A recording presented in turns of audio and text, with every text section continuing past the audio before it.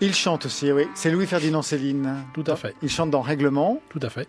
Et c'est une chanson, enfin c'est en lisant votre livre, David Alliot, le livre que vous lui consacrez, qu'on a su ça, puisque c'est Arletty qui parle de cet enregistrement de chansons. Vous en aviez connaissance ? Oui, bien sûr. Alors, ce qui est important de préciser, c'est que, en fait, cet enregistrement a été fait à la fin de l'enregistrement des extraits de Voyage au bout de la nuit et Mort à crédit. Paul Chambriand avait demandé à Céline de venir enregistrer dans un studio, donc il enregistre les passages de son roman qui sont disponibles dans le commerce. Il y a Arletty qui parle, qui évoque la traversée de l'Angleterre, Michel Simon. Et à la fin, Paul Chambriand avait demandé à Céline de chanter comme ça une chanson. Et Céline avait dit, j'espère que vous avez éteint dans votre bordel là. Et il a dit oui, vous inquiétez pas, allez-y, chantez. Et il avait chanté deux chansons en fait. Il y a Règlement et À nœud coulant, qui sont deux chansons qu'il avait chantées. Et en fait, le micro était resté branché et l'accordéon que l'on entend a été rajouté a posteriori. Et en fait, Céline l'a fait de mémoire, c'est-à-dire qu'il n'avait pas de partition, il n'avait pas les paroles, il a refait de mémoire. C'est des chansons de corps de garde ou chansons de marin qu'il affectionnait tant, qu'il a reconstitué, qu'il a rechanté 30 ans après. Une manne pour vous, l'obsessionnel fétichiste ? Oh bah c'est toujours amusant de voir un de ces auteurs chanter comme ça. Ça a été pendant très longtemps un document très incongru, surtout concernant Céline. David Alliot, donc vous signez l'édition d'un Céline à l'autre chez Robert Laffont, une encyclopédie de plus de 200 témoignages. Marcel Aimé, Arletty, Rebatté, William Burroughs, Judith Magre, la femme de Claude Lanzmann qui à l'époque prenait des cours de danse chez la femme de Céline. On croise tout le XXe siècle, Trotsky, Pétain, Laval, Mussolini, bref, une anthologie de souvenirs sur l'un des écrivains les plus haïs et les plus admirés. Il y a des inédits aussi, on en parlera tout à l'heure, notamment un entretien que vous avez mené avec sa fille.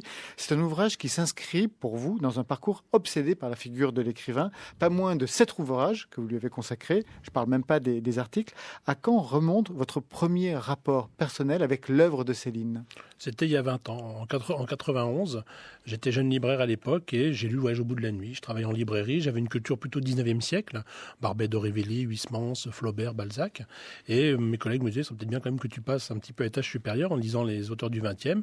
Alors j'ai lu quelques-uns, Camus, Sartre, Malraux, et là j'ai lu Céline, et là ça a été la révélation parce que ça ne correspondait à rien par rapport à ce que j'avais lu précédemment. Et là c'était vraiment un choc. Vous pensiez que Céline était une femme au départ ? Oui, comme moi d'ailleurs. Tout à fait. Vous savez, en librairie, il y a Colette, Céline, voilà. Allons-y. Hein. Et en fait, mes collègues m'ont dit rapidement, non, tu vas voir, c'est plus compliqué que ça, mais c'est très bien quand même. Par quel texte vous êtes rentré ?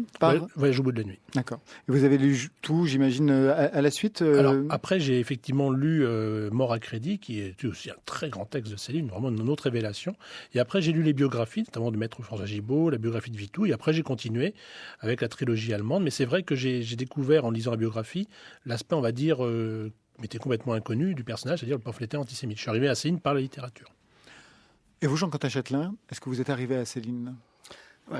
J'y suis arrivé récemment puisque vous avez la gentillesse de me transmettre le livre. Je l'ai parcouru. C'est une grosse somme, donc j'ai pas tout lu, mais c'est passionnant. Vous avez regardé quelques témoignages ? Il y a des témoignages qui vous ont frappé, par exemple ? Entre autres celui d'un Suisse, Oltramar, qui, en tant que Suisse, on a entendu beaucoup parler de cet homme, de sa position beaucoup. Pro-nazi, donc tout son rapport avec Céline. Et en même temps, on s'aperçoit aussi que Céline avait des amis juifs ou des connaissances. Alors c'est très problématique. On ne sait pas. Hein, ça c'est toujours avec Céline. Jusque dans le choix de ses éditeurs, on parlera tout à l'heure de Robert de Noël qui signe des papiers absolument terrifiants sur la malveillance et la malfaisance d'Israël. On y reviendra. Il y a un autre écrivain, juste avant qu'on arrive vraiment au cœur du texte, auquel vous avez consacré aussi plusieurs ouvrages, c'est Aimé Césaire. Tout à fait. Et vous dites, on a pu le lire dans un article, qu'il a plus d'un point commun avec Céline. Au moins un point commun entre Aimé Césaire et Céline, David Alliot. Comment se joue cette proximité pour vous ? Il y a plusieurs points communs. D'abord, tous les deux, sont à peu de choses près de la même génération, à quelques années près. Ce sont tous les deux des révoltés contre le système. Césaire contre le système colonial, Céline contre le système après la guerre. C'est-à-dire que jusqu'à la guerre, c'est un jeune homme de bonne famille. C'est après la guerre qu'il change, qu'il est contre les oppressions et contre le système qui envoie les gens à la boucherie, finalement. Ce sont tous les deux de grands poètes à leur façon. Céline a inventé un langage, un monde, Césaire aussi, très différent.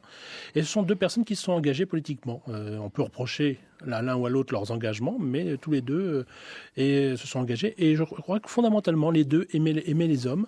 Ils aimaient l'humanité. Alors, c'est vrai que Céline a hurlé. Céline, il avait une façon très, très étrange. Tout à fait. Non, mais c'est vrai que Céline a hurlé contre l'humanité en général, mais c'était quelqu'un qui était incapable de faire de mal à une mouche. Alors que Césaire, c'était plutôt le contraire. C'était quelqu'un qui aimait les hommes en termes de groupe, en termes de vision politique. Mais voilà les points communs qu'on peut trouver entre Césaire et Céline. Et pour moi, c'est l'évidence de travailler sur les deux. Je ne suis pas le seul, je vous rassure. Alors, justement, sur cette question de Céline, nous avons une question pour vous de notre invité de vendredi dernier, c'était Christophe Bourseiller, à l'occasion de la parution de son livre sur les tracts de la campagne de 1980, la campagne présidentielle. Et il a cette question pour vous, David Alliot. Si Céline n'avait pas été collaborateur, est-ce qu'on s'intéresserait autant à lui? Parce qu'au fond, il y a en France une espèce de fascination morbide pour l'anti-héros. Et est-ce qu'au fond, Céline n'est pas victime d'un syndrome étonnant? C'est que dès qu'un type a un passé sulfureux, dangereux, qu'il a fait des trucs un peu épouvantables dans sa vie, tout de suite, on se jette sur lui et il y a une espèce de fascination collective. Alors, qu'est-ce qu'il en pense? C'est probablement exact, parce que si Céline avait continué ses romans, il aurait peut-être rentré à l'Académie française, il aurait peut-être eu le prix Nobel, il aurait une vie finalement bien fade, une vie d'écrivain bien rangée, bien fade.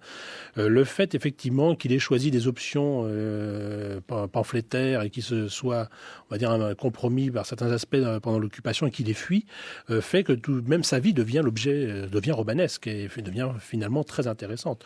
Donc oui, la question de Christophe Bourseiller est tout à fait pertinente. La vie aurait été très très différente. Moi je préfère celle-là, qui est pleine de contradictions mais très intéressante. Donc vous êtes bien français de préférer les anti-héros. C'est aussi le choix des Suisses de préférer comme ça les figures de anti-héros? Jean-Quentin Châtelain. Écoute, alors j'ai pas du tout suivi la conversation. Voilà. Vous vous étiez éloigné. Parce que vous m'abordiez sur la planète Beckett, donc j'essaie de mettre en place tout ce que j'allais dire là-dessus. Alors, parce qu'il n'y a pas grand-chose. On va vérifier ça tout à l'heure. Mathieu Conquet. Alors, d'un Céline à l'autre, c'est un livre de passionnés, mais pas du tout hagiographique. On passe avec des centaines de témoignages par le prix Goncourt manqué en 1932, la sortie de Voyage au bout de la nuit, l'occupation, les pamphlets antisémites, la fuite au Danemark, retour en France, et puis le médecin du pavillon de Meudon. Vous avez choisi de rendre tous ces témoignages dans l'ordre de l'histoire, c'est-à-dire sur le mode chronologique. Un mot sur ce choix de la fidélité à la chronologie, parce que François Gibault, l'exécuteur testamentaire de Céline, que vous avez cité tout à l'heure et qui signe la préface du livre, dit « Au fil des pages, si on prend soin de lire ces témoignages dans l'ordre, et c'est ainsi qu'il faut les lire, on voit Céline s'aigrir, se durcir. » Un mot sur ce choix de chronologie qui est une manière de faire comprendre Céline, mais peut-être aussi de le défendre d'une façon. David Alliot. La logique était que le lecteur puisse s'y retrouver par lui-même. Si vous faites par ordre alphabétique, par exemple, cela impose des connaissances. Par exemple, pour des gens comme Arletty et Le Vigan sont assez connus, ça ne posera pas de problème. Mais pour des gens qui ont croisé Céline, qui ne sont pas du tout connus, l'entrée, du coup, perd son intérêt. Alors que si on la restitue dans son aspect chronologique, le livre est lisible par tout le monde. C'est-à-dire qu'il y a des gens qui vont s'intéresser peut-être à la partie sur le prix Goncourt et le voyage au bout de la nuit, qui vont, la fin de la vie, vont peut-être pas l'intéresser. D'autres, à l'inverse, vont s'intéresser sur Meudon et non pas sur la période des pamphlets. Donc, ça permet à chacun de choisir en fonction de la période préférée et surtout, ça replace les témoins dans une dynamique d'une époque donnée chronologique. Et ça permet surtout au livre d'être accessible à tout le monde. On n'a pas besoin d'avoir un dictionnaire pour retrouver telle ou telle personne. Jean-Quentin Châtelain. Oui, c'est un peu l'impression que j'ai eue en parcourant le livre, parce que je l'ai parcouru donc un peu au hasard des pages, et c'est toujours bonne pioche. Alors, il y a des entretiens inédits, notamment celui avec Colette Destouches, c'est donc sa fille. On y lit un Céline séducteur, même sa belle-mère, il tente de séduire. Mythomane, il s'invente une enfance pauvre, avec un humour parfois très lourd, mais particulièrement quand même hilarant, notamment un singe imaginaire qu'il a nommé Golo Golo, qui dit absolument des horreurs qu'il sort de sa poche. Enfin, c'est monstrueux. Mais le plus intéressant quand même, dans ce témoignage, dans l'entretien que vous avez mené, c'est sur la rédaction du Voyage au bout de la nuit à laquelle elle a assisté. Céline écrivait la nuit avec des écrits répartis dans toute la pièce, sur les murs et à voix haute. La notion de travail, de labeur dans l'écriture, est-ce qu'elle était à ce point-là capitale pour Céline? Est-ce qu'il pouvait même la théoriser? D'après vous, David Alliot. Tout à fait. Alors, avant de répondre à votre question, vous avez évoqué la fille de Céline, et je profite d'avoir le micro parce que la pauvre est décédée la semaine dernière. Donc voilà, elle a disparu dans sa 91e année. Elle allait avoir 91 ans là au mois de juin. Donc c'est un petit hommage qu'on va lui rendre. Et effectivement, donc c'était la dernière à avoir vu le Voyage au bout de la nuit, avoir vu la rédaction de Voyage au bout de la nuit. Et en fait, pour répondre à votre question, la rédaction des romans de Céline était très complexe. Souvent, on entend dire oui, Céline, c'est un langage parlé, c'est facile, il y a juste à parler et à écrire. En fait, on se rend compte que pour certains romans, notamment Féerie pour notre foi, on a 12 versions différentes. C'est-à-dire, on a des versions, là c'est Henri Godard qui fait ça dans la Pléiade très bien, qui fait les versions primes et les variantes. Et en fait, on se rend compte que Céline travaillait énormément ses romans et que chaque mot finalement avait une place extrêmement précise. Donc on suppose qu'il y avait 4-5 versions pour Voyage au bout de la nuit ou Mort à crédit. On en retrouve des fois des petits morceaux par-ci par-là qui permettent de voir avancer le travail littéraire de Céline qui était extrêmement complexe. Et pour lui, c'était beaucoup de travail. Alors Céline disait, oui, quand je fais un roman, c'est 8000 pages. Il exagère peut-être, mais 1000 ou 2000 pages, ça devait pas être impossible. Quel regard portait sa fille justement sur ces pamphlets ? Elle en parle assez peu parce que parce que en fait son père, déjà elle était un peu plus grande, elle a connu plus son père dans les années 30 où il rédigeait ses romans, et son père avait pris quelques distances quand même avec sa famille, non pas pour des raisons familiales, mais pour éviter qu'il prenne des coups à sa place. C'est-à-dire que lui il estimait qu'il s'engageait dans le débat, il faisait des pamphlets, il rentrait dans la chose publique, mais il ne voulait pas que sa famille en subisse les contre-coups. Donc c'est pour ça qu'il avait pris un peu de distance avec sa fille, sa famille même, pendant les pamphlets et pendant l'occupation. Alors, puisqu'il est question de cette idée du style, juste un extrait, un entretien entre Céline et Louis Pauwels. La question, c'est sur le style. Un style, il y en a 1, 2, 3 par génération. Et il y a des milliers d'écrivains, ce sont des pauvres cavouilleux, des aptères, n'est-ce pas? Ils rampent dans des phrases, ils répètent ce que l'autre a dit, ou ils choisissent une histoire, ils prennent une bonne histoire, puis ils disent je vois, que, etc. C'est pas intéressant. C'est-à-dire qu'il m'est arrivé quelque chose de bien particulier, n'est-ce pas? J'ai cessé d'être écrivain, n'est-ce pas, pour devenir un chroniqueur. Alors j'ai mis ma peau sur la table. Parce que n'oubliez pas une chose, c'est que la vraie inspiratrice, c'est la mort, n'est-ce pas? Si vous ne mettez pas votre peau sur la table, vous n'avez rien. Il faut payer. Ce qui est fait gratuite, sans gratuite. Et plus de gratuite. Alors, à quel je n'ai des écrivains gratuites, qu'est-ce qu'on me montre? C'est des gratuites. Qu'est-ce qu'il a gueulé celui-là? Qu'est-ce qu'il a gueulé celui-là en parlant de son chien? La question du style, par exemple, quand il dit qu'il faut véritablement mettre la peau sur la table et que la question du style, elle se joue là, que l'idée du style n'est pas particulièrement convaincante. Est-ce que vous comprenez ça, vous qui justement interprétez des textes, pas ceux de Céline, mais qui interprétez des textes? Sur Beckett, quand il dit qu'il met la peau, je pense que Beckett met les os. Non seulement la peau, mais je crois qu'il enlève la peau même. Il met que les os. Mathieu Conquet. Question d'ordre de littérature toujours et de travail sur le style et de parenté peut-être avec d'autres auteurs, David Elliot. En dehors de Marcel Aimé ou de La Fontaine qu'il relisait, on voit que le rapport de Céline aux autres écrivains est ténu. Il se passe peu de choses entre lui et les autres. Quand Ginsberg ou William Burroughs lui rendent visite, il lui parle de Beckett, de Sartre, de Genet. Lui se contente de répondre chaque année, il y a un nouveau poisson dans les temps littéraires, ce n'est rien, ce n'est rien, ce n'est rien. Comme s'il n'y avait pas de bataille littéraire, comme si Céline avait toujours été seule sur le plan littéraire. Oui, mais surtout Céline je dis souvent que Céline est un écrivain du XVIIIe siècle. Si vous lisez Céline ou sa correspondance, il vous dira que pour lui les grands auteurs c'est Voltaire, c'est La Rochefoucauld, c'est François Villon, donc là on est un peu plus loin, c'est Talleyrand d'Héréo, qu'on ne lit plus beaucoup aujourd'hui. Ça, ce sont les références de Céline. Céline, c'est un écrivain du XVIIIe siècle qui s'est égaré dans le XXe. Il y a très peu d'auteurs du XIXe siècle qui l'intéressent, qui trouvent ça très lourd et bourgeois. Et en fait, Céline, c'est la préciosité du XVIIIe siècle avec le style du XXe. C'est ça. Et c'est pour ça qu'à ses yeux, les écrivains contemporains ne trouvent pas grâce à ses yeux, parce qu'ils sont trop lourds, alors que lui, c'est la légèreté. Bon, puis en plus, comme il se considère comme un grand génie, tout le monde l'a copié, forcément. Donc, et les Américains sont forcément, c'est la ressuscité de ce qu'il a fait il y a 30 ans. Donc, et Henri Miller est un plagiat. Bien sûr, forcément. Qu'est-ce qui s'est joué pour vous, personnellement, dans cette rencontre avec Céline, justement? Je pense à ça parce qu'on parlait tout à l'heure de l'oralité de Céline, qui est un fait. Et je sais que vous-même, vous êtes particulièrement attentif aux langues, puisque vous en parlez plusieurs, dont l'argongie louchébem, le jargon des bouchers. Comment vous êtes d'ailleurs arrivé à écrire un livre sur cette langue? Je voulais savoir justement Qu'est-ce qui ancrait votre fascination pour Céline? J'imagine que tout cela est relié, en fait. Bien sûr, c'est l'attrait pour les langages. Et là, vous touchez effectivement du doigt la chose la plus importante, c'est qu'effectivement, si j'ai fait un livre sur le louche ébène, c'est parce que mon père est boucher et mes parents sont commerçants.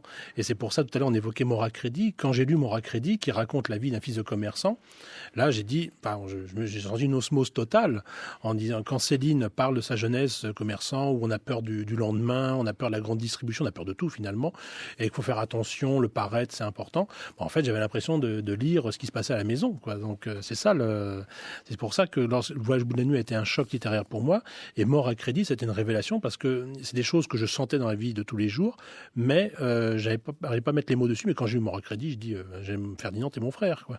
Donc c'était très très fort. Mathieu Conquet. Parmi les témoignages forts du livre, forcément Robert de Noël, son éditeur, une figure à la fois extrêmement brillante et vraiment complexe, puisque c'est lui qui va éditer les textes très violents de Céline, Rebattet ou Mussolini, mais c'est lui aussi qui va découvrir Nathalie Sarraute, qui publie Aragon, ou Jean Genet. Il sera assassiné en 1945 dans des circonstances toujours pas élucidées. Or, à travers Céline, on mesure aussi l'antisémitisme forcené de son éditeur pour défendre Bagatelle pour un massacre, puisqu'on le voit glisser sur des déclarations, sur des expressions comme la malfaisance d'Israël ou tous les petits écrivains juifs ou enjuivés qui déversent leur fiel dans les journaux de gauche ou d'extrême gauche. Comment est-ce que fonctionne pour vous un tel témoignage ? Faut le remettre dans le contexte de l'époque aussi. Déjà, il faut préciser quand même que lorsque Robert de Noël crée sa maison d'édition, c'est Robert d'édition de Noël et Style. Et Style était juif. Et d'ailleurs, c'est amusant de noter que c'est la mère de Robert Style, qui était juif, qui a fait un chèque qui a permis de publier Le Voyage au bout de la nuit. Parce que le livre était très gros et très cher à faire, donc il y avait besoin de fonds et de Noël n'avait jamais d'argent. Donc c'est la famille Style qui a permis à Voyage au bout de la nuit. C'est quand même assez rigolo de constater que... On est toujours trop bon. Hein. Voilà, c'est toujours rigolo de constater que Voyage au bout de la nuit a été publié grâce à l'argent d'une famille juive. Donc ça, voilà. Et alors de Noël était antisémite, ça, effectivement. Ah ça c'est manifeste dans les déclarations. Tout à fait. Et en plus, il va publier après Bagatelle pour un massacre, et puis il va continuer, il va créer une filiale pendant l'occupation pour publier des auteurs antisémites. J'ai envie de dire, Noël était antisémite, mais dans les années 30, on va dire, c'était presque normal. Enfin, Bernard Grasset était pareil. Je dis pas que tout le monde y était, mais on va dire c'était la norme la plus partagée. Et lorsque, effectivement, la réaction du texte de Noël, c'est par rapport à Mort à crédit, parce que Mort à crédit a été très mal accueilli par la critique. Voyage au bout de la nuit a très bien marché, mais Mort à crédit a été très mal accueilli.